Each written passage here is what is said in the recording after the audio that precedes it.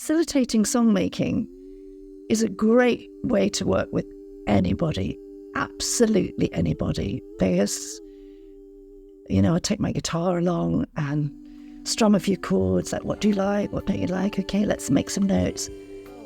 Start to write. Welcome to Inspiring Voices, the podcast of the Sing Up Foundation. We believe in harnessing the power of singing to improve mental health and well-being for children and young people. I'm Baz Chapman, and in this first series I'll be speaking with inspirational singers, music leaders, researchers and other specialists to consider the unique role of singing, songwriting, voice exploration and creative music making in transforming young people's mental health and well-being. Inspiring Voices, a new podcast from the Sing Up Foundation.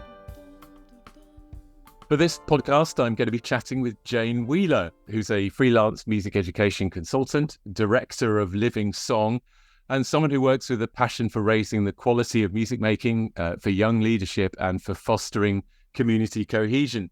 Now, if I was to list all of the things that Jane has done, I'd use up the podcast, but it includes music advisor for the London Borough of Newham, director of the music programme for ARC Schools, director of a number of choirs, including Solid Harmony Youth Community Choir, Forest Voices Adult Community Choir, and New Young Voice Collective.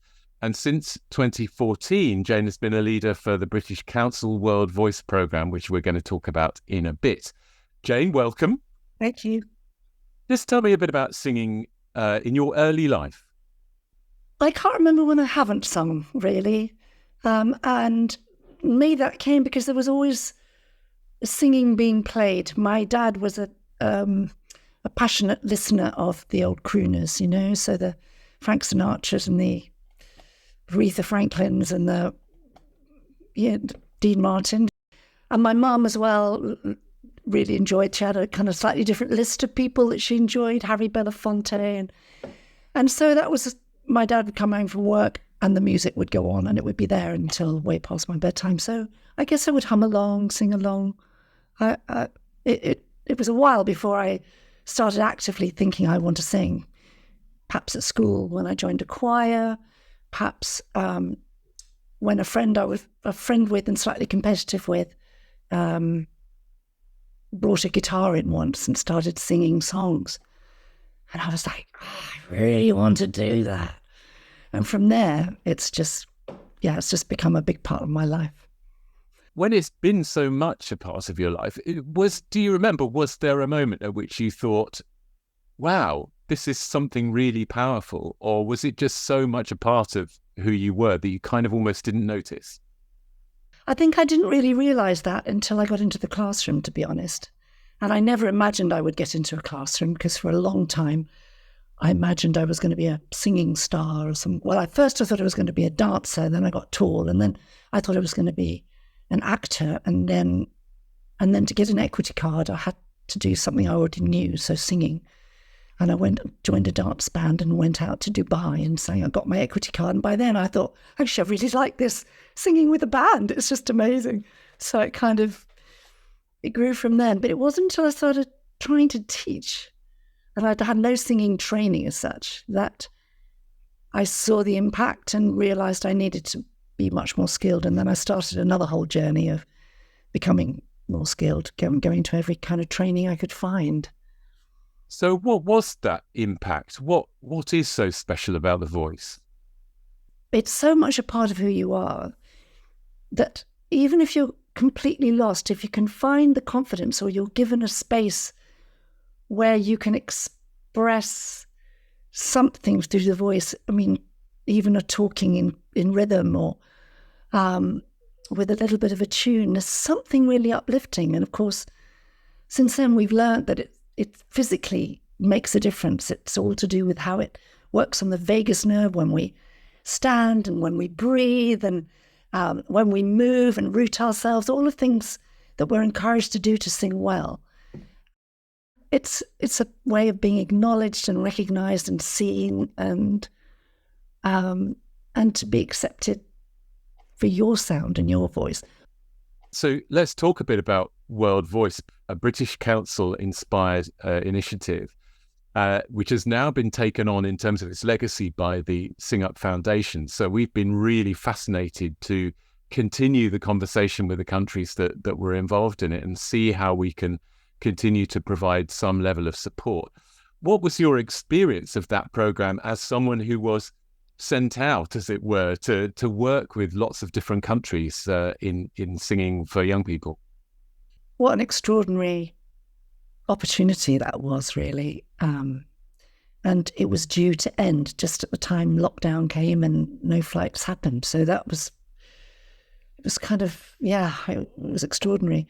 Well, first of all, I was invited to be part of that vocal team, and I was absolutely thrilled and humbled and a little scared and all the things. But once we get talking with Sharon and Richard Frostick at the core of it,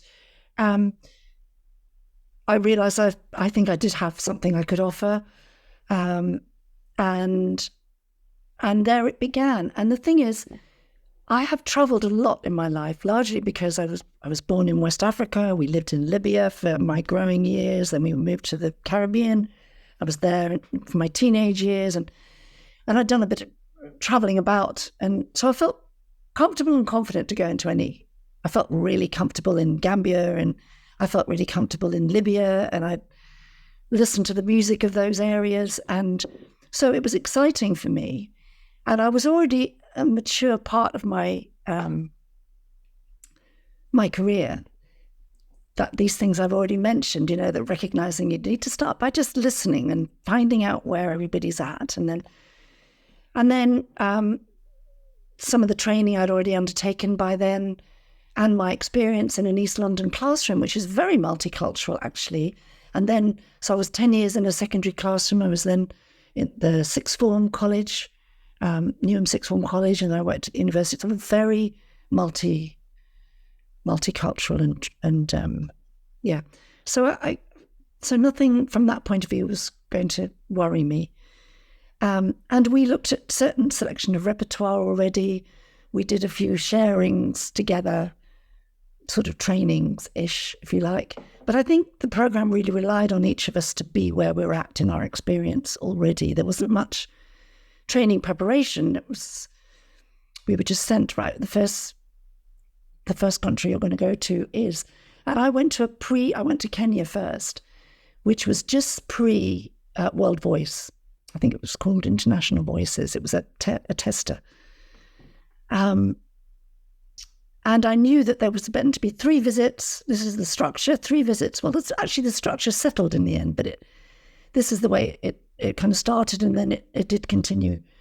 That we did a teacher training. Well, first of all, we did some work with the children while the teachers observed to see what's possible.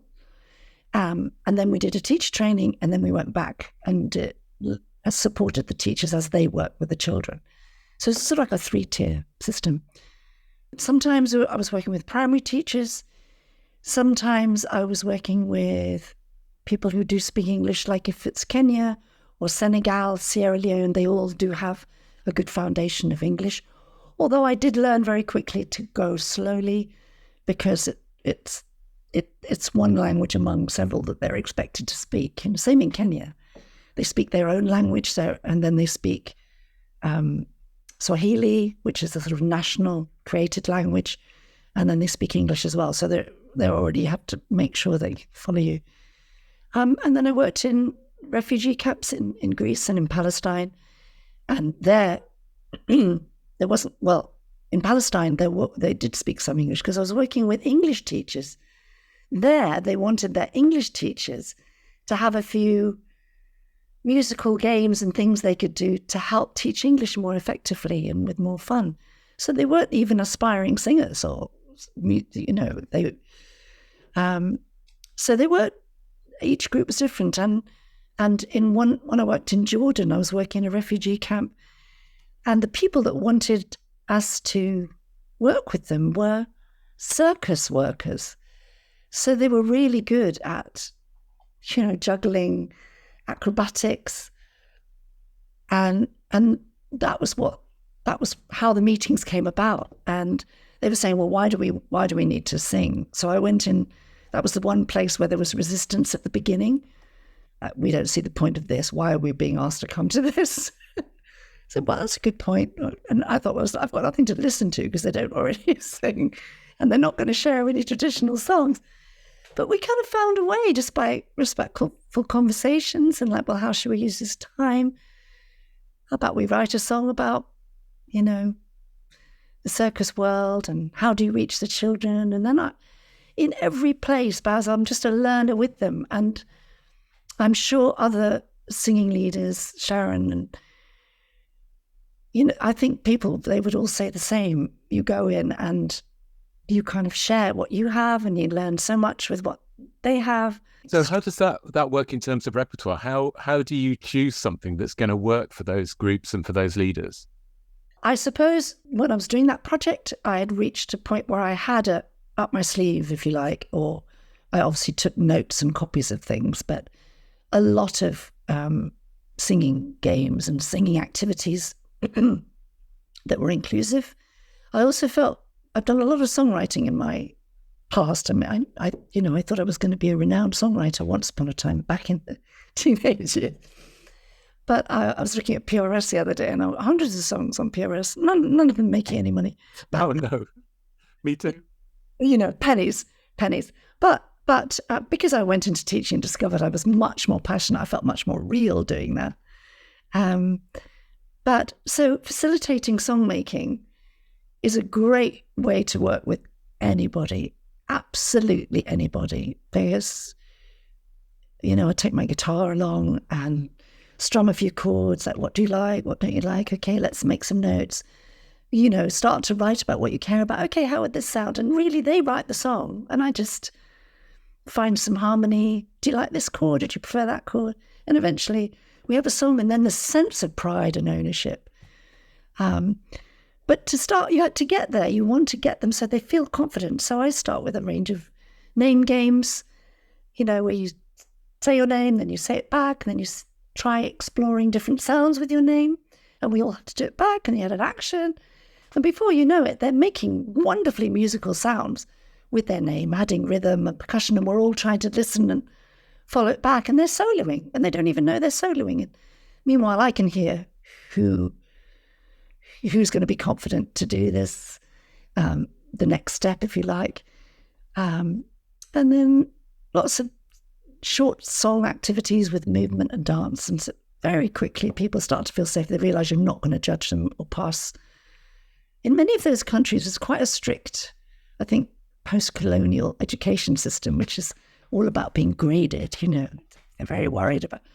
And as soon as they realize that World Voice doesn't go there to grade anybody, just to facilitate and learn from and with and together, it all just, it just happens. But then you're always leaving time, like, what about some of your favorite songs? And everybody gets very excited and they have a little chat. And then whoever's brave enough will start. And sometimes it's a very surprising teacher who'll get up and sing you a local song. It's like, wow, I really like that. And in fact, part of World Voice mission was to kind of invite them to contribute a song to the World Voice website. So then we ended up with a website. It's perfect that Sing Up has taken this on. Some of them are more popular than others. Absolutely everywhere you go, everybody wants to sing Bébé Yo, which is from Senegal, and very accessible, quick. It was perfectly targeted for everybody to sing and very quick to get the language. And then there are other songs on there that require more technical skill, or there's a lot of language to learn, and there wasn't an understanding that people would be learning the language as well. So they were less used, but I think they all used one way or another. I think the connectivity between the what we call the master trainers, so those people who were sort of the people on the ground, I suppose, taking it all forward when you weren't there, bringing them together and having them share their different cultures and musical experiences seemed to be a particularly powerful aspect of the program. Do you agree? It was amazing. I'm still in touch with a couple of those teachers. In fact, just last night I was talking to a teacher from Kenya who came to that residency and shared a lot of warm-ups. And She told me a lot about what's going on and the challenges, but that she's still singing, still leading singing, still a major part of her classwork. Really powerful, I think. And it comes back to that community confidence and cohesion. You can have singing leader communities as well in trainings, people, mixed levels coming together and sharing and kind of seeing where they're at and what they can still learn, but realizing they've all got something to contribute. Great for building confidence and world peace. That's Doreen Rao's mission. And it's Living Song's mission as well, in the bigger picture down the, if we could get everybody doing this, you couldn't go and have a war with somebody you've been singing with. Talking of challenges or the kinds of things that singing can address, the World Voice Programme wasn't set up specifically to address mental health and well-being issues around the world, but our consultations with a number of countries since then has suggested that the crisis around children and young people's mental health and well-being in the UK is not alone, that this is a global problem, that the pandemic has in some ways added to it, but that there is an issue in general. If you ask those countries what one of the major things they're looking to tackle. So what were your observations about the value of this work and the ways in which it potentially improved mental health and well-being for young people? Well, I'm reminded of a little snippet in one of the films. We made short films of several of the countries. And one of them, I remember this teacher, and she was definitely not alone, and it was quite a common thing. But she said, the sort of camera watched her doing her bit of singing and leading some little things. And then she said, this morning I was so down. I was so down when I came here. I was so hopeless. And now I feel positive and hopeful. And I can't remember exact words, but and I saw a lot of that. I mean, I was working in Refuge, the Skaramangas refugee camp in Greece. Young people that came into the session initially, when they could be rounded up from those awful storage tanks that they were sort of set up at two families to a tank. What do they call those big travel things? Containers. Yeah. Two to a container. In fact, they were on a sort of shift. One family would sleep while the other one went out, and then they'd swap. And so sometimes, a lot of the time, the children had lost any sense of structure or time, but one of the youth workers would go around and knock on the containers and get the young people out. And everything from age 9 and 10 to 17, 18 young people would come to the singing, the sort of initial singing group thing. And several of them would start by being pretty much non-verbal, not singing, not making eye contact, eyes down, not looking. And I would just do my thing, trying to be really gentle and stay warm and smile. And then eventually, I remember one of them who had been he was 17 and he was, like you said, his eyes down. And he sat there, but he didn't, I just thought, this is a real win. He's not leaving. He's sitting in the circle. He doesn't want to leave. So I thought, oh, it's good, it's great. And we went round and we started talking about this song, Bebeyo. I was doing Bebeyo. This was maybe the second or third day of the first visit. And we were doing this action. We said, what action? And the children wanted to do this action for Bebeyo. So we were doing that. And then he looked up and said he'd left his baby sister at home. And he said it in his language, and the coordinator translated for me. And so then I said, should we sing this for your baby sister? Sorry, I'm feeling really anyway. And so by the end of the project, and that was, I think, 4 visits in the end, and then the Greek authorities organised that we could do a concert with these young refugees, and there were other refugees that grew, that joined, that we'd only seen for one day. But the main group from Skaramangas kind of headed this up, and the idea was that we would sing a selection of world voice songs, and of course that was quite a challenge. Bebeyo was going to be all right, but there was a few others that they wrote a song which was lovely. It was half in Greek and half in English. And of course, they were speaking Arabic, Farsi, all sorts of languages within the group. And they put on this concert, and the transformation in each and every one of those young people by the end of the series. And I'd been over for maybe 5 days, then a little gap. And there was a coordinator that was carrying on the work in between. Her training had been really important as part of her. She had informal training as part of being in the group. So she kept things going. Then I go back and I'd see an improvement, and they were actually quite eager to come. And then the young people would be going around knocking on people's doors saying, come on, we got a concert. And then they were bused to go into central Athens to this beautiful space, concert space. And then their parents, the pride and the joy and the tears and everything, again, if you could get the world to do that. So very powerful, I would say, for mental health. And I wasn't even saying that word then, but I've known it for a long time. I've known it even when I was teaching in East London, the secondary school. It does. I remember it helping my mental health as a teenager. And I had a relatively comfortable, privileged upbringing, really. Yeah. The refugee situation is a perhaps one of the more extreme examples, but one of the common themes in this field of work is that thing of music having this amazing ability to be able either to speak to people or actually to be able to draw out their emotions or their experiences, particularly through songwriting, as you said. How do you manage that, the fact that then things can get quite, they can be transformational, they can be really positive, they can also be quite difficult, and of course they can take their toll on you as the leader. So what do you have any thoughts about managing that whole kind of area of risk, I suppose? Yeah, it's massive, isn't it? It's massive, and I'm not a psychotherapist, or I'm not a therapist any more than apart from through singing and through music. And I continued sort of to develop as a human being, really, in order that I can really receive people where they're at and not react to everything, but also to make sure I'm in a good place to be able to do that, not to get triggered. This thing, we're all using language now since COVID, and this idea of mental health, this idea of the fear of triggering someone or being triggered. So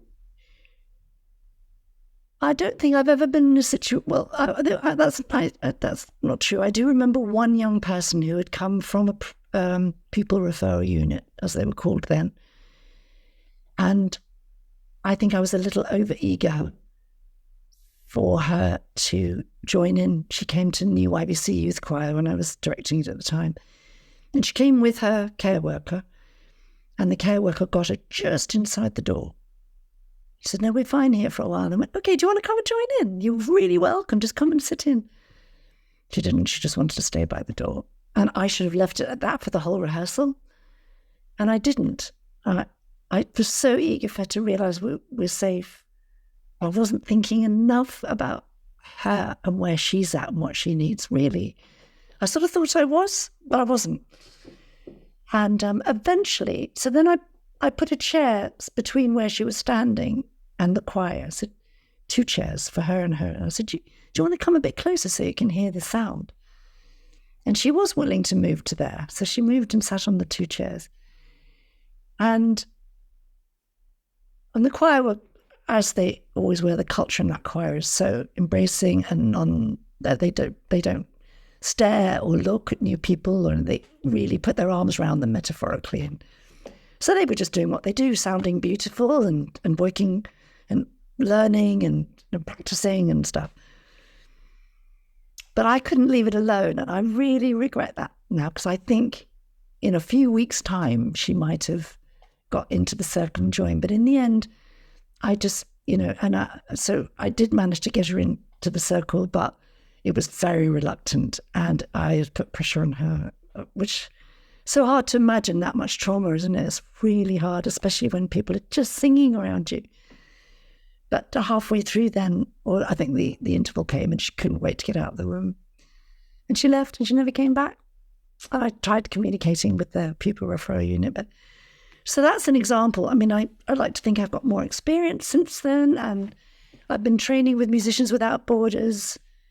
I did an online training during lockdown, which really moved me a lot. And then I went to Ireland, did a 4-day training, and then we did another one with young people and young artists in Newham with them. And I'm hopeful that Sing Up Foundation is going to be doing some things that we can lock into from time to time and maybe get young artists involved. It's a lifelong journey. I remember some years ago, I just mentioned this one thing, something that, apart from CME, and the incredible Doreen Rao, who's been a teacher of mine for many years since I noticed I was looking at some things earlier. 1996, I started doing things with them, and I had so many trainings with them since then. But the Marshall Rosenberg NVC, nonviolent communication, that was the first time I realized that people don't necessarily hear what I'm saying. They hear it's really massive. And when you say, would you like to sit down? A lot of children hear, you better sit down or else. And so the first time when I was like, okay, would you like to sit down? Got to get this attitude back. This is way before even thinking about mental health. I'd get attitude, and then I was able to say, what did you actually hear me say? You said I've got to sit down. Oh, no. If you'd like to stand, you're welcome. I thought you might like to sit down. And it was like transformative. It completely transformed my classroom from then on. Just that understanding that if people are reacting in some way, then they may have heard something else because of wherever they're at, So even being careful with what you say, you can't be sure what people are going to hear. So it's a lifelong, apologies. It's like it's a lifelong journey, I think. You keep learning, and then you die. It seems an awful waste, but that's kind of... And yet you've been able to, I think, pass on so many skills and moments of joy to other people. I suppose that's perhaps a nicer way to look at it. I really hope so. That's really rewarding, and they pass on to me as well. It's always a collaboration, Yeah. So you're someone who's still learning, despite a wonderful wealth of experience and knowledge that you've built up over the years. How does what you might call an everyday person involved in educating young people, or someone who might describe themselves as a non-music expert or a non-singing expert, how can they still connect with children and young people through singing? Well, I think it comes back to that word I just said, is collaboration. I mean, if they've got a budget, they can bring people in to help upskill them. They can learn alongside the children. They can find within their classroom, inevitably, in every group of 30 children in a classroom, there's a handful at least who sing with confidence, in tune, with tight rhythms, with clear text. For whatever reason, they'll be there. And so teachers maybe need some training on how to trust bringing that out and to have them as a partner. They can learn alongside the children using such things as Sing Up. Sing Up has been on a journey itself, but it's just getting more and more refined, and the resources get richer and richer all the time. Backing tracks are sounding more and more authentic and exciting. So, and if a teacher doesn't have the time to learn the song first in order to teach it in the way they may have been taught to teach a song, they can be honest with the children. We're having to do that anyway with the advent of technology.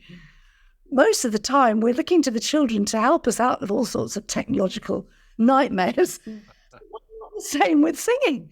Just like, who likes singing? Who feels confident? Okay, can you help us do this? It's going to have a ting after one line.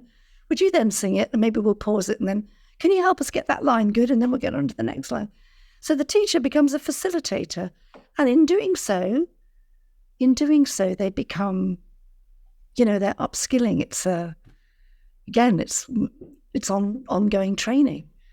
I mean, I didn't know how to teach singing when I started teaching. In fact, I had children doing things that probably wouldn't be considered very good for their voices now. And even for a while afterwards, but then I did start doing some training. It really opened my eyes. But to start with, I was teaching them what I knew, which is how to lose your voice if you overdo it. That's kind of what I took into the classroom. So, yeah, I think that's it. I think become a collaborator with the children or with the community group you're with. Use really good quality resources that are exciting and lovely, good songs. The song material you work with is critical to inspire, really. It's a really big thing. I think that's the main thing. And then carry on, learn. Don't be afraid to check out courses you can afford, or your school, badger your school to use some of that professional development money to let you go on training. Yeah. My final question then, can you share a particularly inspiring vocal moment from your life? The main one is the first time I went to choral music experience. It was in Canterbury. It was conducting training. I thought, okay, I'll go and find out how to do choral conducting. It was so much more. And every morning, part of it was this voice workshop.